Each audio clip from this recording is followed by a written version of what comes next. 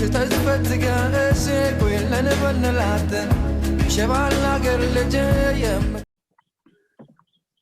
evening, everyone. I'm very excited for our second edition in the series of Learning with My Rabbis. Today we have someone who really is one of my rabbis and my teachers, Rabbi Elliot Dorff. He's chair of the Committee of Jewish Law and Standards for the Rabbinical Assembly. He is a professor of philosophy at the American Jewish University and the Ziegler School of Rabbinic Studies, along with a very prolific author, having written numerous books on Jewish thought, Jewish law, and I think everything in between. So it's really a pleasure to have you with us, Rabbi Dorff. Thank you so much. My pleasure, absolutely.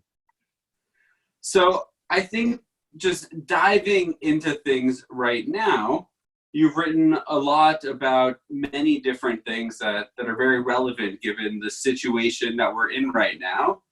But one of the things on everybody's mind is these virtual minyanim. We've moved our synagogues. They are now online. I know just recently the Ziegler School celebrated their graduation online. It's a whole new realm.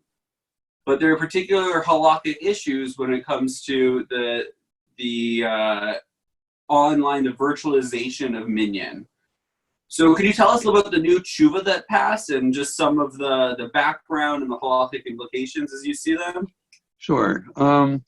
Well, back in the early 2000s, Rabbi Avram Reisner wrote a tshuva that said that you could not, that if you had 10 adult Jews in one room, that could constitute a minyan, then others who could not make it. And I think the people that he really had in mind were people who were bedridden or who were living in rural areas where there was no minyan, that those people could then, at that time, remember this is the early 2000s, at that time could call in and be part of the minyan, say Kaddish, be part of Kedusha and all of that, as long as there was an actual minyan in one room together. And he already then said that if the technology gets better and you're able to actually see each other and listen to each other, then this whole thing would have to be reevaluated. So that now we have Zoom, and we have some other technologies as well in which we actually can see each other and can participate together. And in the current environment, in which in many places still we're not allowed to be together with as many as 10 people, we really have no choice in the matter. So that's what led Rabbi Joshua Heller, who's the chair of the subcommittee on rites and rituals of the Committee on Jewish Law and Standards, to write the new tshuva, in which he said that we could constitute a minyan that way, at least for, and then there was a second part of it, and even for those who do not want to say that there's actually a minyan in this way, that you actually have to have 10 people in a room, the issue of mourner's Kaddish is a whole different thing. We normally assume that mourner's Kaddish requires a minyan. It turns out that, first of all, mourner's Kaddish does not exist in either the Torah or in classical rabbinic literature. It began during the early Middle Ages. And the Seder Rav Amram Gaon, the first Siddur that we have, it's middle of the 8th century, records it as something that an individual does on his or her own. So when it began, it was not really part of a minyan. Now, it later became the case that you needed to have a minyan, and Jewish law evolves over time. But there are some rabbis within our movement who would say, well, there's some rabbis within our movement who simply accept Rabbi Heller's tshuva which is understood to be bishat hadchak. It's for the emergency situation. It's not designed. Rabbi Heller himself says that it's not designed to be ongoing practice. For ongoing practice, you go back to what Rabbi Reisner said back in the early 2000s, right? That you actually need people in a room together to constitute a minyan. But during this time when we're not allowed to do that, then we can constitute a minyan through Zoom. But even those who do not like that would say that, well, we can have mourners Kaddish that way. So it happens that my congregation's rabbi, Rabbi Adam Kligfeld, who also happens to be my son-in-law, does not see it as a minyan, but does do Kaddish to Rabbanan. I mean, Kaddish Yaton, does do Mourner's Kaddish that way. And so conservative rabbis have really gone in both directions on this. It gets harder. The latest tshuva was about live streaming on Shabbat. And a lot of synagogues are doing that. And again, Rabbi Heller here was the one who wrote the tshuva that just came out this past week, which was not a tshuva that was adopted by the Committee on Jewish Law and Standards. We're now, because there are a whole series of questions that have been posed to us on the Committee on Jewish Law and Standards, and that need to be answered right away. We're not, for most of them, we're not doing it in the usual way, in which tshuva is presented to a subcommittee first of all, and then the author revises it based upon the input that he or she gets from the subcommittee, and then it goes to the full committee, and it's talked about there, and then it's usually revised again, and then often it goes to the full committee a second time before it's voted on the third time. We only meet twice a year, so we simply cannot do that with these issues. So instead, what's happening is that individual members of the law committee are writing tshuvot on the issues that we've been asked to address.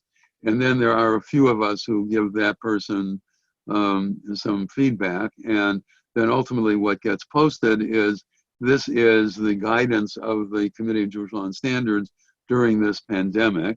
And again, it's an individual rabbi who has gotten some input, and hopefully that will help rabbis in the community, in all of the various communities across the world, to deal with these issues now. Some of those things will in fact come back to the law committee for full addressing, and one of those issues was in fact done this past week. We happen to have had a Zoom meeting. We were supposed to be meeting in New York this past week, 6 hours one day, 6 hours the other day. That's what we usually do on a Tuesday and Wednesday. But instead, we're having a series of 1.5 hour meetings over the next several weeks to accomplish that agenda. Two tshuvot on triage during this pandemic were both approved. As it happened, this is Rabbi Daniel Nevins wrote one and I wrote the other. When we first started out 6 weeks ago, we were miles apart, and through a wonderful chavruta, frankly, that we've had, a wonderful, back and forth with each other over the course of the last 6 weeks, we ultimately came to the same conclusions, but we come to it in very different ways and still have different nuances. But they were both overwhelmingly approved by the Committee on Jewish Law and Standards, and you can see those now. They are posted on the Rabbinical Assembly website. For anybody who's listening to this, if you're interested in any of the rabbinic rulings, they're called tshuvot, literally answers to questions. For any of the rabbinic rulings that the Committee on Jewish Law and Standards has approved, you can simply go to the Google Rabbinical Assembly, then the tab that says Jewish Law, and then the tab that says Committee on Jewish Law and Standards. And then you'll see that the various tshuvot are organized by the 4 sections of the Shulchan Aruch, by those topics. But if you're not familiar with that, you can just use the search engine and you can find what you're looking for.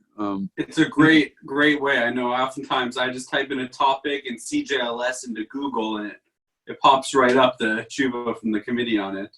Good. Okay. You mentioned the writing, these competing tshuvot, and the chavruta, right, very friendly, but still in disagreement. As you mentioned before, there are different positions when it comes to this virtual minyan online.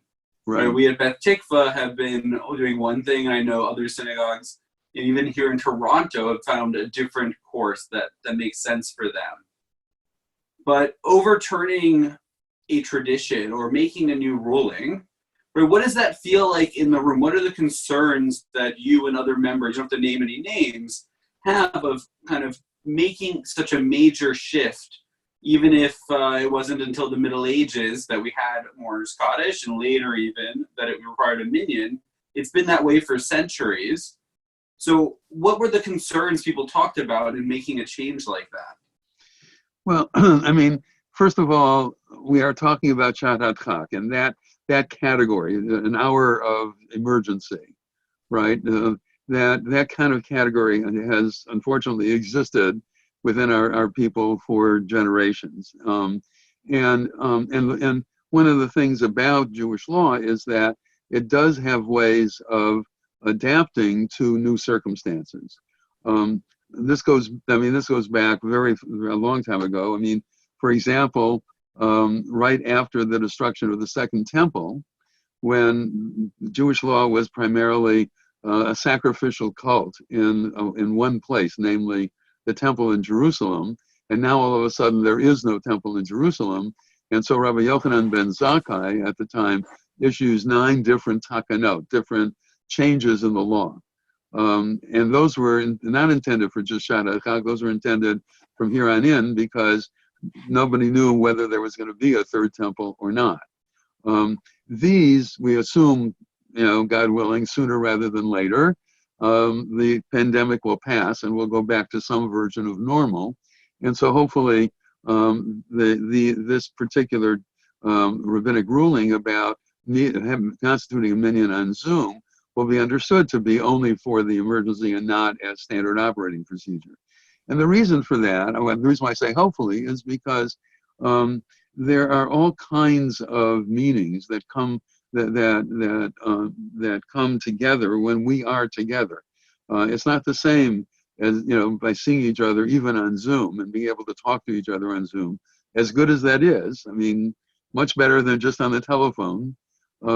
Nevertheless, it's not the same as being together, in which we are a community. And I'm going to quote to you an ancient Jewish source now: "People who need people are the luckiest people in the world." That's not so ancient, I know. Barbara Streisand is only a few years older than I am. Anyway, but I will quote you an ancient source, Genesis chapter 2. It's not good for a person to be alone, right? And we have we unfortunately have very good evidence that if you are isolated, that is a major problem for you.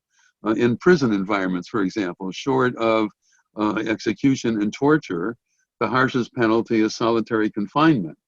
And unfortunately, we have a lot of evidence of the fact that people who are held in solitary confinement over long periods of time go insane. Because we have a very deep need to be in touch with other people. Sure, we have a need to be alone from time to time as well, but we also have a need to be in touch with people. So one of the things I'm saying to people a lot these days is don't go out and touch someone, but by all means do reach out and talk to people, maybe even some that you haven't talked to in a long time. My wife and I have done that several times now, in terms of talking to friends that are good friends, but we just have, life goes on, you're busy and all of that. You don't think about conversations with such people. Now, if you're stuck at home, this is a very good time to reconnect with people that in your life that you haven't talked to in a while. It's absolutely, that's really a lovely idea to reach out and make those connections, because as you said, we are social creatures. When we and I know other rabbis discussed virtual services, even before this, I often hear the fear that people are going to just attend online and not in person. Right. And I think some of those rabbis have much too high esteem for the fact that people are coming for their sermons or to daven, as opposed to people are coming to schmooze. That's correct. When I look at the pews or when I look at the kiddush afterwards, it's the schmoozing that I see as the primary motivation that brings us together. Sure. Right? Our synagogues are more than a house of prayer. They're a house of gathering, a Beit Knesset, a place for people to come together for a wide variety of things. So I absolutely agree. I don't think online will ever replace that. Right. And at the same time, I think we've seen that our classes now can reach many more people. In a way, this has been a great push to innovate and to try new programs and new things. And I'm very excited for the balance that'll come after that. On the subject of tshuvot, if I might ask, because before this was happening, some of the our ritual committee, some of the issues we were discussing actually was streaming. But another major Jewish change that we're having right now is the issue of same-sex marriage at our synagogue. And, well, you didn't write the book on it, but you wrote the tshuva on it. Right. So you're the perfect person, I think to ask about that. When a congregant says to me, or any Jew, it's quite clear the Torah says a man should not lie with a man as you lie with a woman, right? Rabbi, how can you perform this wedding? What's my elevator answer, right? My couple-minute response. I can't sit down and explain to them all the technicalities and all the sources. And what would you say to that in that short response to summarize? Well, in a very short response, number one, as a matter of fact, the meaning of that verse is not so clear. Number two is that we now know much more from a scientific point of view about the nature of sexual ideology than we knew even 3 decades ago or two decades ago, and we now know that we now know that there's such a thing as a sexual orientation. And we also know that that is not something that is simply a matter of choice, that is something that is ingrained in us from very early on in our lives, maybe even in utero. And so consequently, the presumption of the tradition that people who engaged in same-sex sexual activities were doing this as a matter of rebellion, that they could choose not to want to have same-sex partners, but to have opposite-sex partners, that simply is not the case. And one of the things that Jewish law has done on all kinds of issues is that it has evolved over time as our scientific and our medical understandings of things have evolved over time. And so this is simply another example of that. Very appreciate it. Under 2 minutes? I hope it was under 2 minutes, something like that. I think that was a great answer, and it adds a lot of opportunities for more questions. Sure, of course. But hence the tshuva that Rabbi Nevins, Rabbi Reisner, and I wrote together, which is many pages. I'll leave it at that. But by the way, at the end of it, we had Dr. Judith Glassgold, who's a psychologist, gave us a long list. This was back in 2006, a long list of scientific studies about the ideology of sexual activity, sexual orientation, and also we asked her specifically, is this something that can be changed? Is there such a thing as conversion therapy that works? And there's now very good evidence that, number one, it doesn't work, and when it's tried, it leads to major harm to the people on whom it's tried. So, I mean, if you wanted to have just a list of the scientific evidence for what I was just saying, and back to 2006, you can take a look at the website of the Committee of Jewish Law and Standards, and you can look at the tshuva that we did. This was an appendix then, all the more so now, by the way. Do we have evidence that this is not something that is chosen when one's sexual orientation? This is something that is just part of one's being, really from the very beginning. I think it's interesting, this relationship that you have with science, in a sense. Right? We spoke about it here, that part of your halakhic evidence is these scientific studies from the world of psychology. And I think that, if it's safe to say, that's also probably a big part of the decisions regarding virtual services and online, is the idea of isolation and the psychological damage that holds. Right. And where does that come from, this turning towards science as a source of halakhic consideration? Well, I mean, it comes from several things. First of all, the Torah itself says that God created the universe. So one of the ways in which we learn what God wants of us is to figure out how God created the universe and how the world works. So we learn that, so that science is simply another way in which we find out what God wants of us, in addition to how we interpret the Torah and how we interpret later Jewish law. Then another piece of this is that the more that we learn about the way in which the world works, the more that we can not only make legal decisions, but we can appreciate that theologically. I mean, there are many, but one of my favorite pieces of Jewish liturgy is the Modim section of the Amidah, which we say 3 times a day throughout the year, in which we thank God on our lives that are in your hands, on your miracles that are with us each day. Now, that's clearly not miracle in the sense of an interruption in nature, because if these are miracles that are with us each day, it's exactly the opposite of that.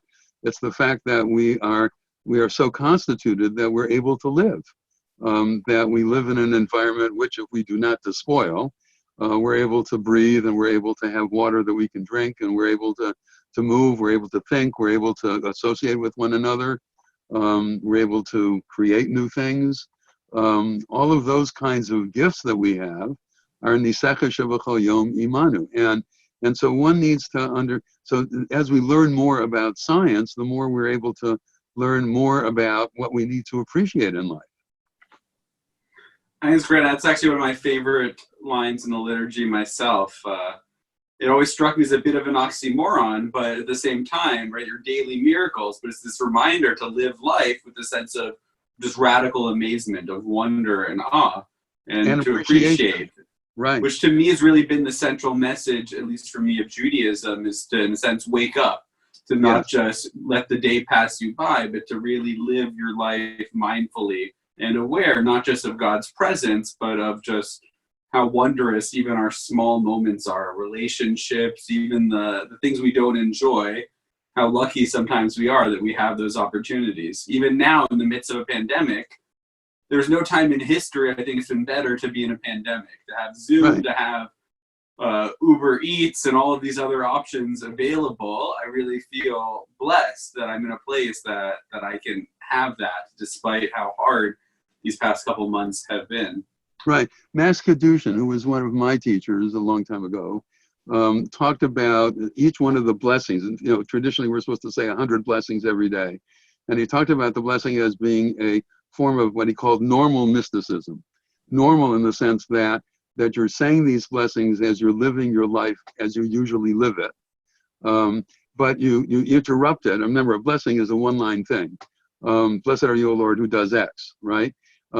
But what you're doing in that moment is that you're recognizing that life is not just humdrum. It's not just doing what happens, doing what comes naturally and what happens no matter what automatically, but that there are 100 times a day, if not more, in which one can recognize that life is amazing, that life is something not to be taken for granted.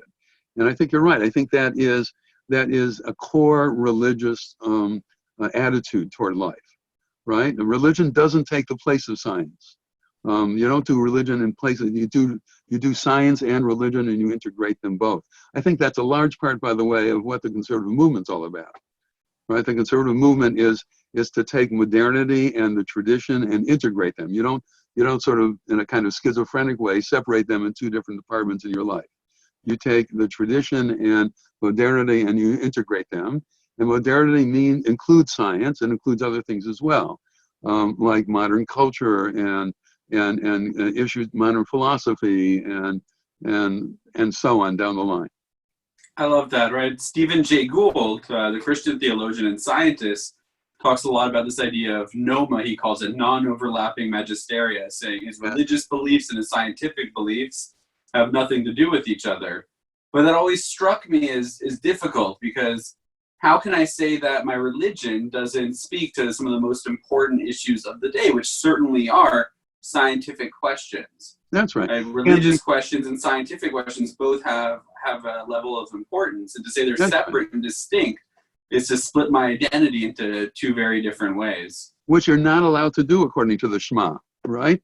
The Shema says you're supposed to love God with with all your heart, with all your soul, with all your might.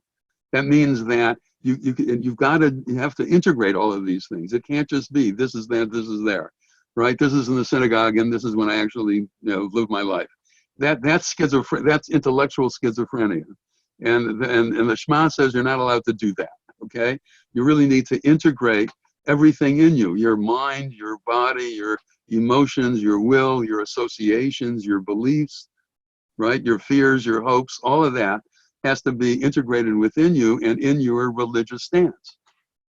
It's funny, I think the psychological literature also backs that up as well, right? That happiness corresponds a lot to being able to feel that you're being yourself, that you're being able to fulfill your identity and not compartmentalize and hide parts of yourself. That's right. It's interesting idea of self, this idea of schizophrenia of the mind you're talking about.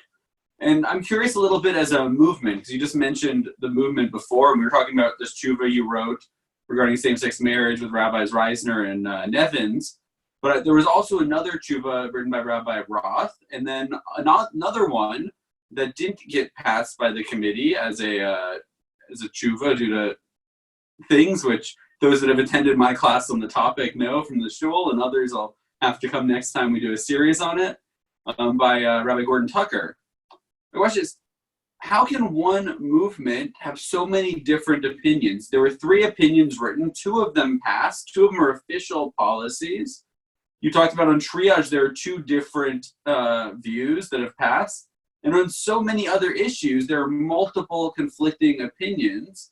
How do we identify as a movement when we can disagree so much? Well, I have to, I mean, 2 Jews, 3 opinions, right? Except that one time I was doing a scholar in residence program, and a man came up to me and said, "Do you really need 2 Jews for 3 opinions?" It's the nature of our culture. And by the way, I've sat on a number of batei din, for people who are converting to Judaism. And when you ask them, what do you like about Judaism? One thing that continually comes through is a very strong sense of family and community.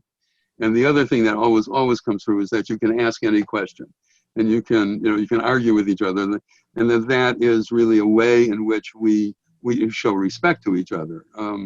Just a very different kind of example of that. In 1996, the Evangelical Lutheran Church of America, which is about 70% of North America's Lutherans, officially repudiated Luther's anti-Semitic comments, not a small thing.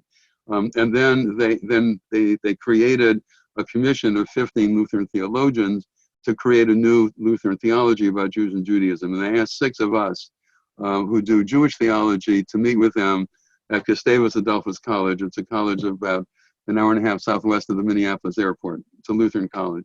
So it was over 3 days, and the way that they had set it up was that the first morning it was going to be on topic number 1, and one of the Jewish scholars was supposed to present Judaism on that topic, and then we would discuss it during the morning, and then topic 2 in the afternoon. So the first one was Rabbi Yitz Greenberg, who's a modern Orthodox rabbi, really smart, a wonderful guy, and really learned, okay? So he gave his talk for about 45 minutes, and as soon as he was done, the other 5 Jews among us said, well, it's not quite that way, right? What do you do with, what do you do with this text, and why do you interpret this way? The usual Jewish thing, right? About an hour later, we looked up, and these Lutheran theologians were absolutely bug-eyed. I mean, one of them told me later he thought we were going to strangle each other at any moment, right? Because if you are Lutheran, especially Scandinavian Lutheran, you don't argue in public. You stare, you glare, you get an ulcer, but you don't argue, right? So what we had to communicate to each other is that showing respect for each other in these 2 communities was done in a very different way. In their community, you just don't argue, let people say whatever they want. In our community, you argue as a way of taking their argument seriously, taking their point seriously. Now, having said that, I don't want to exaggerate this, and about, I'm guessing here, but I would imagine about 85% of the cases on topics that the Committee on Jewish Law and Standards has addressed, there is only one tshuva on that topic. So that shows us where we got the unity within our movement. In about 15% of the cases, there are 2 or more tshuvot that go in different directions. And some of them are on controversial issues like homosexuality. Some of them are not on all that controversial an issue at all. So for example, we have 2 different tshuvot about how many people can be called to the Torah at once. The tradition is you only call one person at a time, right? And so one of the tshuvot says that, but then the other one says, well, for purposes of family issues, you could call, for example, the parents of a bar mitzvah together. Or a couple that's about to be married to, if we're in egalitarian synagogue, which most of us are now, that you could call a couple about to be married together. And then what happens on Simchat Torah, that's a whole other thing, right? Where in a lot of synagogues, groups of people are called together. Whereas in other synagogues, you have, in the synagogue where I belong, you have multiple Torah readings at that time, so that it's only one person at a time who's called together, even though normally on Shabbat, again, the parents of a bar mitzvah could be called together, right? So, I mean, so that's an issue where, frankly, the world is not going to fall apart if two or one or whatever are called to the Torah at once. That's not to say that it's not an issue that one should think about. It's just that whichever way you go, it's going to be all right. But even when you're talking about things that are more controversial, because because if you go in one direction, it might harm people, or might enable, in the reverse direction, might enable people to do things that were not otherwise that they were not allowed to do before. Even when you're talking about things that really affect people's welfare, Jewishly committed, smart, moral people can disagree. And I think one of the real strengths of our movement is not only that we disagree, but that on some issues, but that we do that respectfully. I must say that one of the proudest moments, I think, that I've had as part of the conservative movement is during the whole debates about homosexuality, when the debates were always on point. They were never personal attacks on the other person, right? And I have been at conferences when people within the Orthodox world have basically insulted each other, one after the other, without, because they disagreed on something, right? That's unfortunately, I wouldn't say that that's true for all Orthodox rabbis. Please understand that, but that simply was not acceptable. It was simply not even thought about during all of those very intense debates about homosexuality back between 2003 and 2006, and even that was the second iteration of this. The first iteration was 1989 to 1992, and throughout all of it, it was respectful disagreement, and that's okay. It's great to hear that it's machloket l'shem shamayim, that the conversations can be fruitful, even if strong at times, but respectful. One of the things that, I don't know if you remember you have so many students. I don't remember our first real interaction. I was at the end of my first year of rabbinical school, and I came and I knocked on your door, hoping to make an appointment that I could speak to you at some point, because I was concerned I was in the wrong school. And you welcomed me in at that very moment. I hadn't had a class with you yet, so I was shocked that you knew my name already. But you welcomed me in, and you pulled off actually this book down here, this book, Our Ancestors Ourselves. So you wrote History of the Conservative Movement. And after talking to you about my concerns that I wasn't actually a conservative Jew, you pulled it out, you opened a chart, and you said, you're right here, Conservative 3, Reconstructionist Tendencies. No, 4. And I love that there's this big tent. You had Conservative 1, 2, and 3. And 4. Or 4, Conservative 4, Reconstructionist Tendencies, sorry. But with such a wide tent, there still are ends, right, on both sides. There has to be a distinction at some point between Orthodox and conservative, and I assume on the other end, between Reform and conservative, or even Reconstructionist and conservative versus Reconstructionist tendencies. Right. So how do we lay those barriers? What is it that would make me not a conservative Jew? Because on paper, I could not count women in the minyan. There are still conservative synagogues that do that. I could have a big beard. I could have a black hat. I could be doing all sorts of things. What would shift me from being a conservative Jew to a Haredi Jew? Or could I be Haredi in practice and call myself conservative? Yeah, happy to answer that question. And remind me, I have to tell you a very funny incident about this later on, okay? Yes, there definitely are. Well, first of all, you're talking about human movements, and they're not going to be neat and clean definitions. And Originally, I started college as I was going to be a math professor. In mathematics, you can have very clear-cut definitions about what is a circle, what is a triangle, and all of that, right? But that's because mathematics is effectively, from a philosophical point of view, a game that is created by human minds. And so in games like mathematics and chess and basketball, you can have very clear rules. In life as it exists, things are usually much less clear than that. And I have a PhD in philosophy. Philosophers would love to have clarity about things, but you find out, once you get beyond philosophy 1A, you begin to understand that the questions are very often much better than the answers, and because the answers are very often not as clear cut as you might imagine. That said, I think on the right end of our spectrum, you could be fully observant, and you can define what that means. But if you cannot imagine that the law would ever change on anything, then I think you could not be a conservative Jew. Similarly, I think if you are not willing to integrate tradition with modernity, then you cannot be a conservative Jew.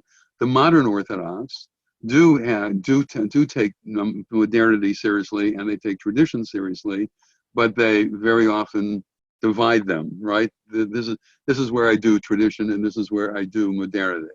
So one of the differences between a modern Orthodox Jew and me, for example, would be that I would insist that my science and my medicine and everything else that is part of modernity has to be integrated in the way I do Jewish, in the way that I think Jewish. Okay, so I think those are the differences. Now, in practice, we might be in the exact same place as somebody who is a Haredi Jew, but in mindset and in the way in which you deal with specific issues very differently.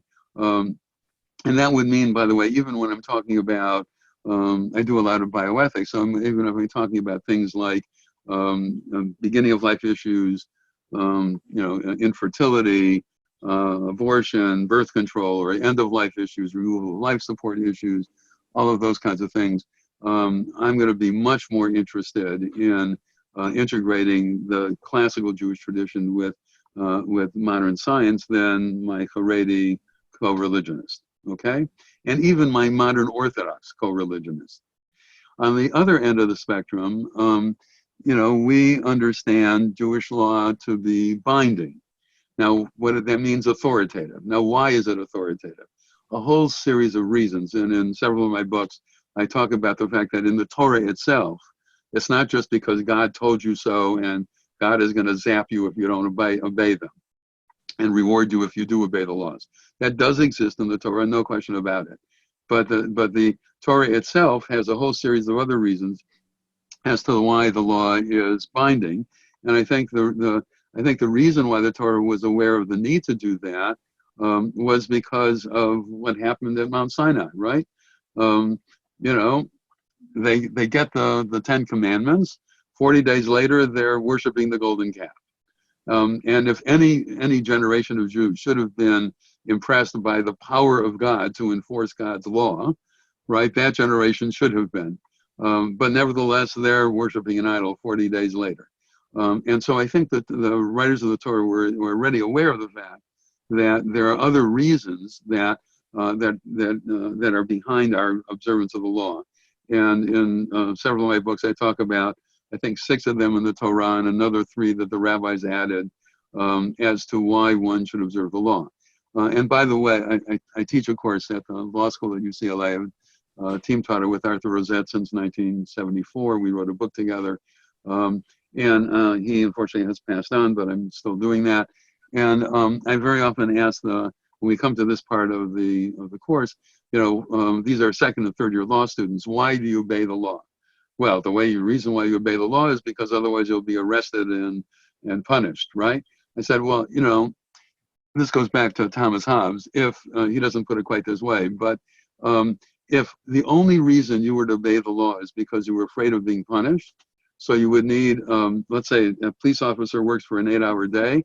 You'd need 3 police officers for every citizen. And then you need police officers for the police officers to enforce the law, and the entire legal system would collapse within seconds.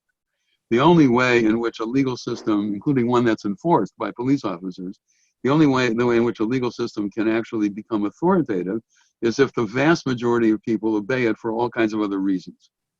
And then you can have police officers that enforce it on the people who really disobey it in serious ways, and to remind the rest of us not to speed. Although in Los Angeles, you don't have to remind us, we can't anyway. Although now you can, I must say. It's been interesting seeing how open the roads are in some degrees. Yes, that's right. So conservative Judaism really is less about practice and what identifies us, and more about process in a sense. Well, yeah, but then it's a way of thinking. Yes, it is a way of thinking. Certainly that differentiates, I think, from the Orthodox. From the Reform, it also is a way of thinking in the sense that law is authoritative. It's not just a matter in the Reform movement. Individual autonomy is the major criterion. So whatever I personally find meaningful, I should do, right? Conservative Judaism is much more communitarian, the way that I think the Jewish tradition generally is communitarian, right? We don't leave Egypt as individuals, we leave as a community. When we stand at Sinai, we stand as a community there. The covenant is between God and the people of Israel, and not just between God and an individual Jew, right? So the conservative movement is much more communitarian in the way that it thinks about our tradition and the way in which it observes the tradition than the Reform movement is. So my final big question before we start to wrap up, I'm going to use some of your bioethicists, your bioethics experience. And I'm very much in favor of the social distancing and all the measures we're doing to protect lives, to save lives. And yet at the same time, I do see some merit on the other side of the aisle, the other argument. And I don't want to commit a straw man and use the easiest version of the argument to push down. But there's, blanking on the philosopher, it may be Sam Harris coined the term Iron Man, to build the strongest version of your opponent's case. And the strongest version I've seen was recently in the Washington Post. There's an article which talked about the economic impact of social distancing and these closures that we're currently in. Yeah. And it stated that 1.2 million kids would die under the age of 5 in the next 6 months, simply from resources that have been diverted from other life-saving programs to fighting COVID. On top of over 100 million more people in the parts of Africa and India that are going to be in just abject poverty, starving, because they're not making a daily wage to put food on their table. So really, it's millions of lives. Why is it that I should be more concerned, or are we more concerned, or maybe it's wrong, for lives here in the Western world where COVID and social distancing really seem to be making the impact, versus the economic impact isn't on people here not being able to get to their yachts. It's in those third world countries that people are really and truly devastated by the effects of social distancing and isolation. Right. Well, this is a very big issue. And it reflects not only on the current situation, but it reflects on the way in which we human beings have interacted with each other over generations and in all kinds of areas.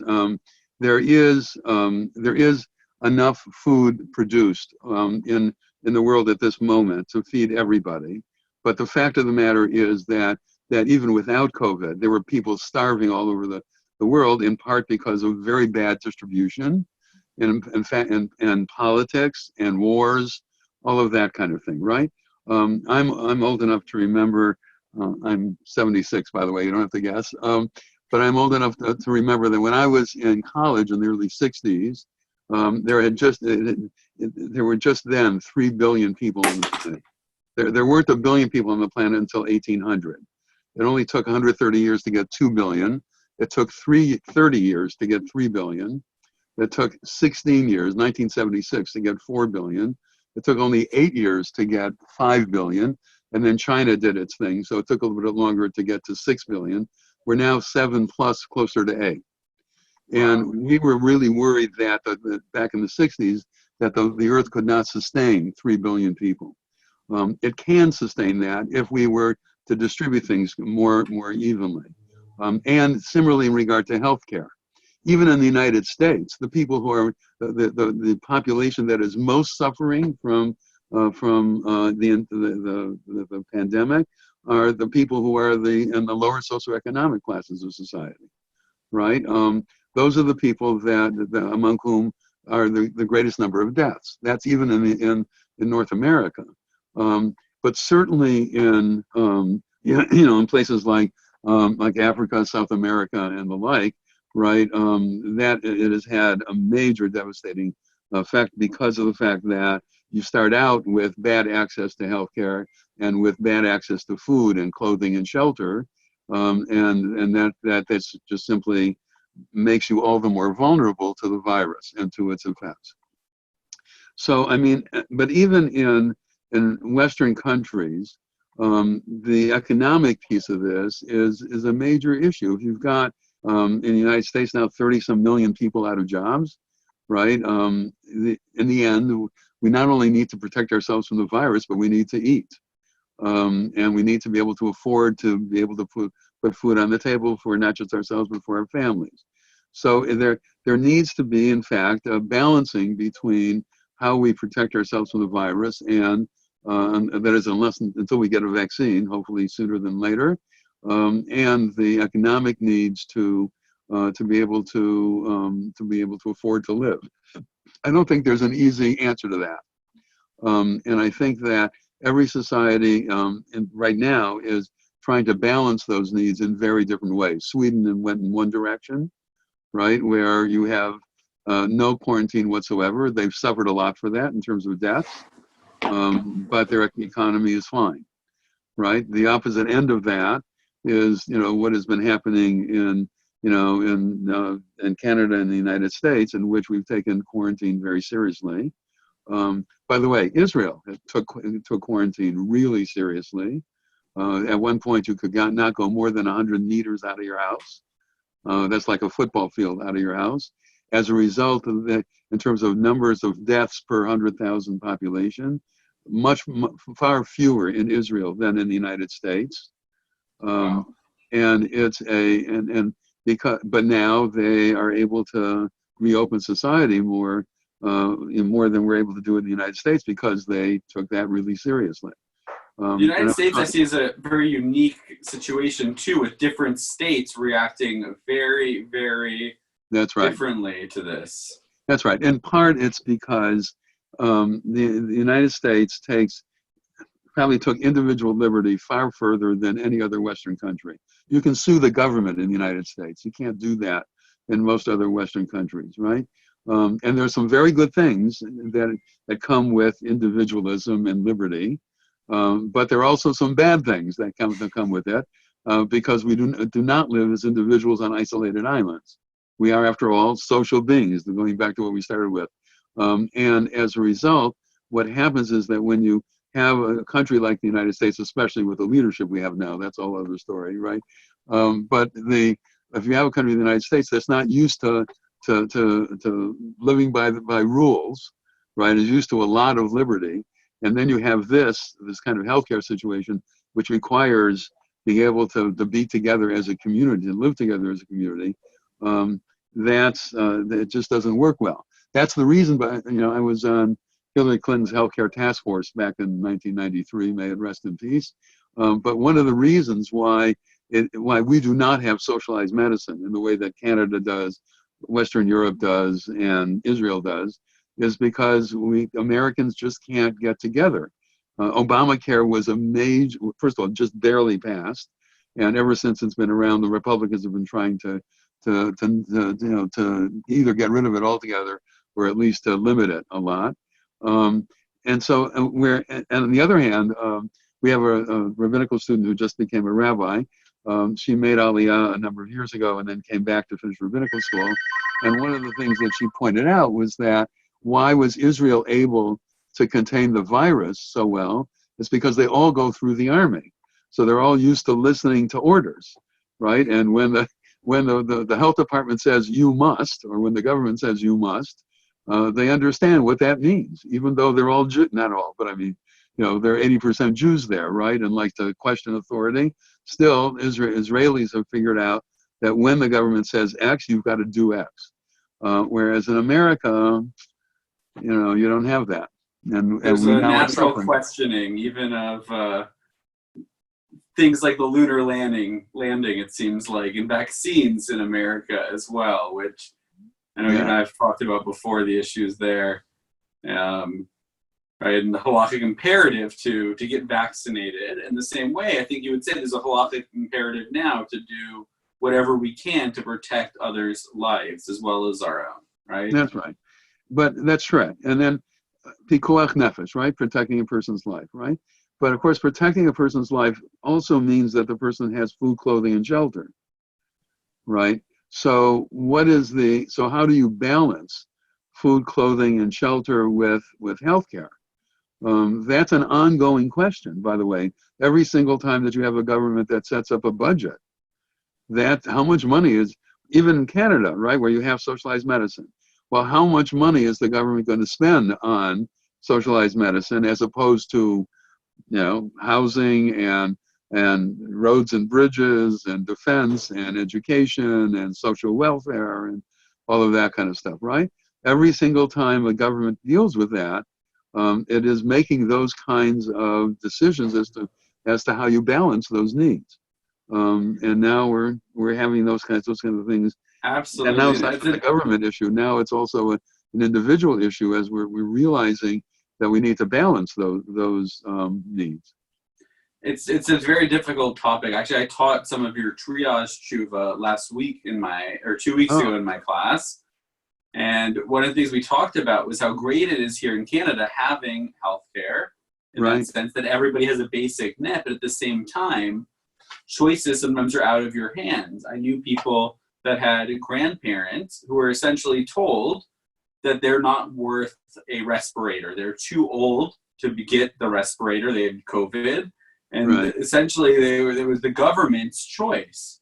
In the United States, is a different problem. Money buys you a respirator, and someone without money might not have access to it. But this, too, is very difficult for me to wrestle with the idea that someone could say, my grandma was told by the government that she's not going to get a respirator, which is very tough.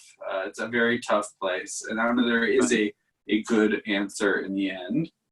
Right. Now, I mean, as I said in the tshuva, age should not be a factor in deciding who gets the respirator, except to the extent that it is a factor in determining whether it's going to be beneficial for the person who gets it, right? So, I mean, now, again, I'm 76, so I'm no gavadavar, right? I have a vested interest in saying that, but I was really trying to say, what I was really trying to do was to take this from a classical Jewish perspective, in which every person is created in the image of God, every person is important, and every person needs to try to be saved, right? So the only real reason to refuse a person needed medical care, or even to disconnect a person from a respirator or something of that order, is because it becomes futile in that particular case, right? And one of the, I've been on UCLA's ethics committee at the medical center there since the 1980s. Every 3 years, we have to go through revisit the futility policy, because what it means is where the doctors have a right to discontinue medical care against the patient's wishes or against the patient's family's wishes, right? If the patient or the family are on board with this, then you don't have a question, right? Then, and people sometimes say, look, I just don't want this anymore, make me comfortable. And in certain stages in illness, that makes a lot of sense, personally as well as medically. But what happens when you have a disagreement between what the patient wants or what the patient's family wants for that patient as against what the doctors think is medically appropriate. And that's where you get futility policies, they're called, in which where doctors are allowed to discontinue healthcare, or discontinue certain kinds of healthcare in order to begin people on what's called comfort care or hospice care, palliative care, right? And now you're seeing that in spades. Yeah, very difficult. Difficult choices.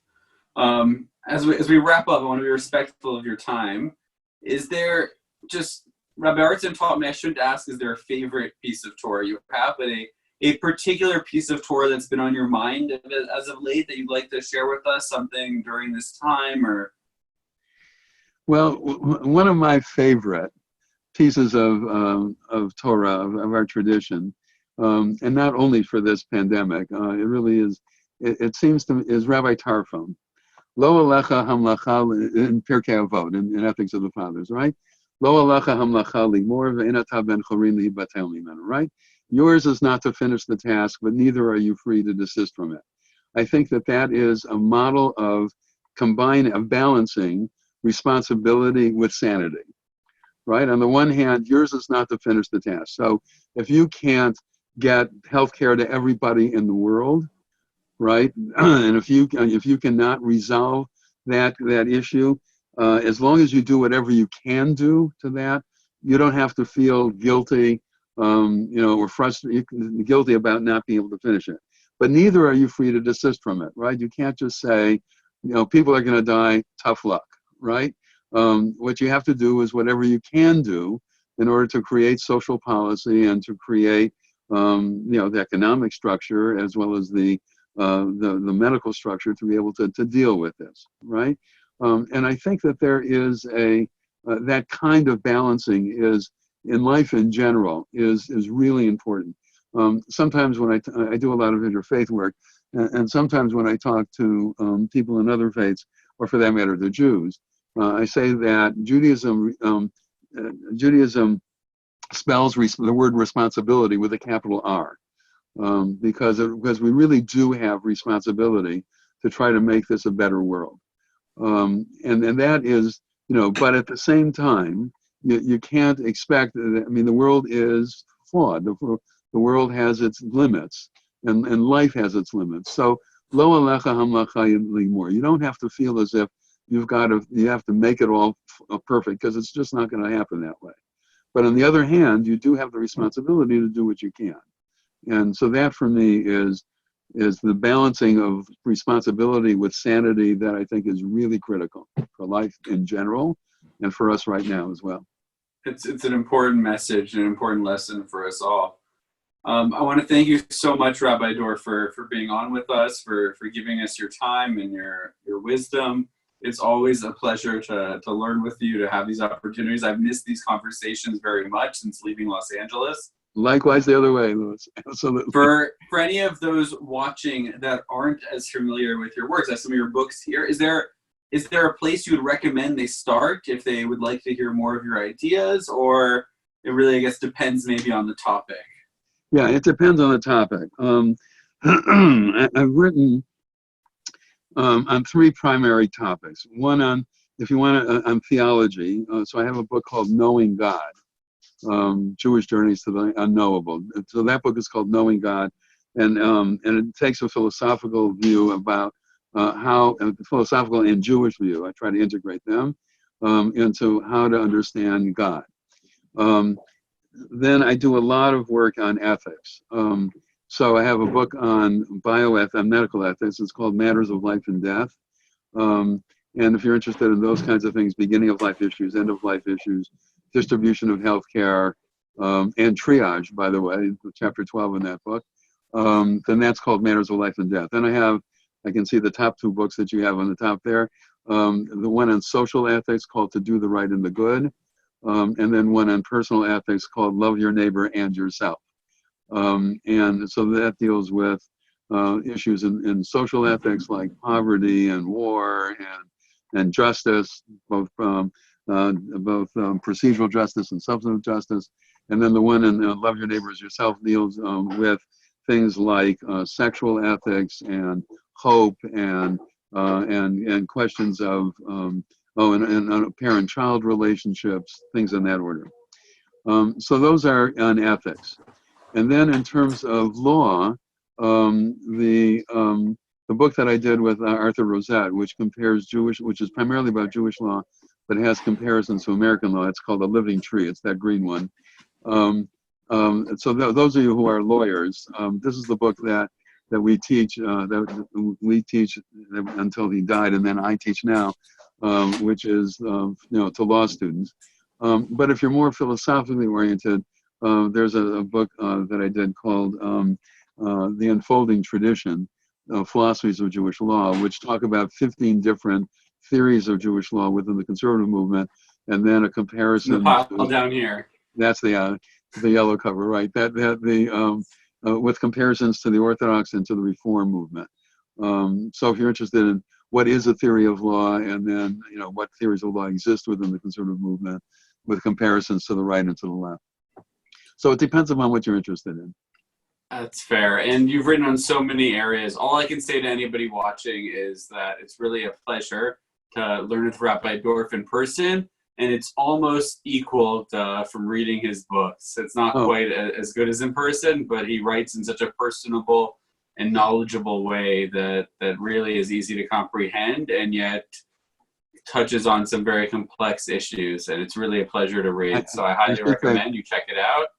JPS will be angry with me. The last book is Modern Conservative Judaism, Evolving Thought and Practice, which just came out a year and a half ago.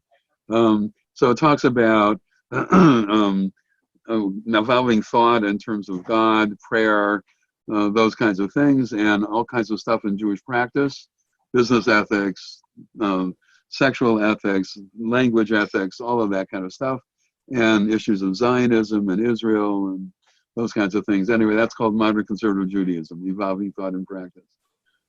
Thank you so much, Rabbi Dorff. We really appreciate your time. Thank you. And to everybody that tuned in and watched, thank you so much. We'll be back again next week, next Wednesday, with our next guest in Learning with My Rabbis. It's a chance for me to share some of the teachers that have made a significant impact in my own learning, my own thinking with each of you. And it's really a treat for me to get to spend some time with each of them. Thank you, Rabbi. My pleasure. Thank you. If you don't love your neighbor, if you gossip about him,